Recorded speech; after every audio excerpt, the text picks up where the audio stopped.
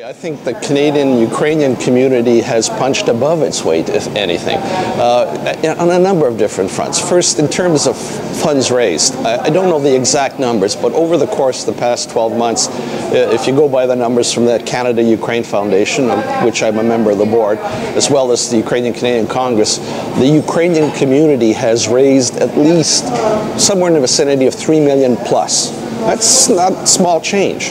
And that's not including a lot of the private kind of organized humanitarian aid that has gone across. Because there are individuals, you know, Dr. Richard Hareychuk, for instance, you know, he's got a little thing going. There's other people that have got things on. Patriot Defence, which was started by Dr. Suprun, was an individual effort which eventually became supported and is now part of Cook's initiative. But that was an individual. If you count all of those things, I think you could probably almost double that $3 million.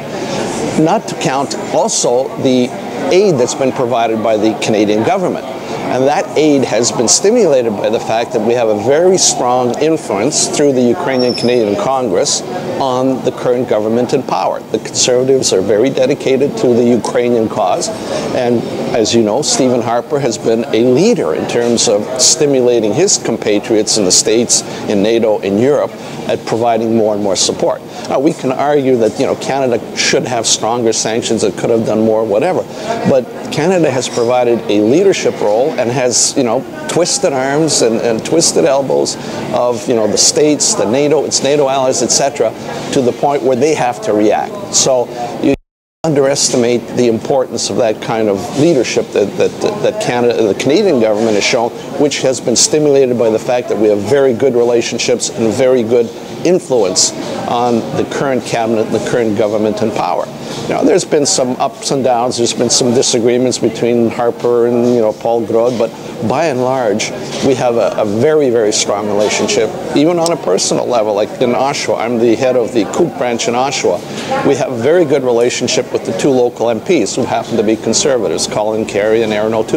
They are very dedicated and motivated to Ukraine, both of them. Were in Ukraine for Poroshenko's inauguration. We had a fundraiser in Oshawa in October where we raised over $23,000, I think it was, which we sent to Ukraine to sponsor a project that worked with the orphans of you know, soldiers that died in the Donbass. There's a project through Help Us Help the Children, Ruslana, Wrzesnewskyj, so we raised funds for that. But in a small city like Oshawa, raising $23,000, and a lot of that was done with help and cooperation of the two local MPs. We have very good relationships with, you know, the municipal government. They've been flying the Ukrainian flag there for 6 months. So all that kind of political support creates a momentum. And that momentum has been very helpful, I think, in advancing Ukraine's cause on the world stage. So you can't underestimate that. And I look, by comparison, like what has the U.S. done, or a lot of the European countries that have been kind of equivocal. How much aid are they providing? You know, the Canadian government, well, we wish they would send military, you know, direct weapons kind of thing, because that's what Ukraine needs. But nonetheless, they've sent, what, 4 or 5 huge army transports full of things like sleeping bags and technical gear and whatever. You know, which other country has sent that? You know, and they wouldn't have sent that if the Ukrainian Canadian community here in Canada hadn't had the kind of influence that it does and hadn't developed the kind of relationship that it did with the Ukrainian government. So you've got to credit that. It all depends on I guess, your perspectives. First, like the numbers you quoted are right. There are 1.2 million of Ukrainian descent. And yes, probably if you add up all the people that go to the Ukrainian Catholic churches, that go to the Ukrainian Orthodox Church, that belong to Liga Muno or Liga Sum, that belong to UNA, that belong to PLUS, maybe 30,000. But even that's a large number. And as we know, it does not take a lot of people, you know, to create a strong community. I mean, let's face facts. Within society in general, you know, 95% of the population are content to be passive consumers of culture, of whatever, right? You know, they lead the good life, they will support things, but they're not actively involved, right? It's about, you know, it's the top 5% that create culture, that create developments, that move civilization forward. And that's true of Ukrainians as well as the broader Canadian community or American community or whatever. So the fact that we still have 30, 40,000 Ukrainians that are actively involved in some organization is something to be proud of. You'll never mobilize 1.2 million. Same like you'll never mobilize more than 5% of Canadians behind any one single cause for more than maybe a brief period of time. But yet society moves forward not on what the majority does, but what on that engaged minority does. And if you've got a strong engaged minority, then it could be 2, 3, 4, 5%. That's all you need to get things going. Euromaidan, like this whole revolution in Ukraine, wasn't caused because all of a sudden 40 million Ukrainians decided. It was basically a couple of hundred activists on the Maidan, you know, and basically it was no more than maybe 3,000, 4,000 people on the Maidan that brought down the government. But then, you know, they stimulated, they motivated, they engaged the rest of the population to at least provide moral support and stand behind them. So you could say the fact that, you know, you have different points of view or whatever doesn't particularly disturb me.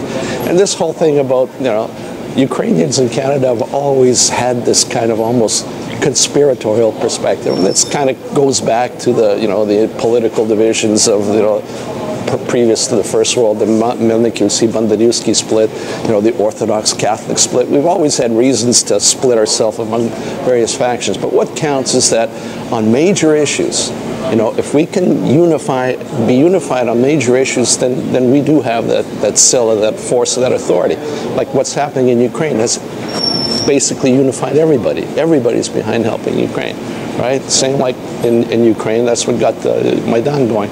And in this, we're no different from other powerful, say, ethnic organizations. Look at the Jewish community. You know, they're as divided as Ukraine. There's Orthodox Jews, there's this, there's that. But when it comes to key issues, you know, the Holocaust, you know, the support, the security of Israel, they stand united. And that's the same thing that we have with the government. And I think the government has learned very well. I think there was this kind of myth throughout a lot of the past century that Ukrainians in Canada were kind of a monolithic political force, that, you know, the parties would vie to court their vote. But I think they're sophisticated enough that the conservatives, liberals know that the Ukrainian community is very broad and has, you know, covers broad spectrum of political thought. But so long as they are convinced that on major issues like helping Ukraine, like Volodymyr, that we all stand together, then we do have political clout and we can realize kinds of things. So, you know, this kind of thing, like weeping and crying that, oh, 1.2 million and only 30, 40,000 are engaged, it's not important. It's not relevant. Go back the last 40, 50 years. For what other cause has the Ukrainian community in Canada ever raised, you know, in a space of less than a year, $3+ million for anything? Never. To me, it's an accomplishment. And, you know, you want to, with statistics, you can almost prove anything. Yeah, you want to translate it down to cents per Ukrainian. The fact of the matter is that the Ukrainian community has managed to be a major influential force in supporting Ukraine and providing humanitarian aid, in lobbying and pushing the Canadian government to support the cause and pushing its allies to support the cause. Let's look at the results. You know, not what might have been, or wouldn't it be great if all 1.2 million Ukrainians did this or that. Look at what you have done and, you know, compare it. Like, what other ethnic organizations, with the exception of maybe the Jewish community in Canada, is as organized or has as much influence on the government as the Ukrainians? I mean, it's an accomplishment.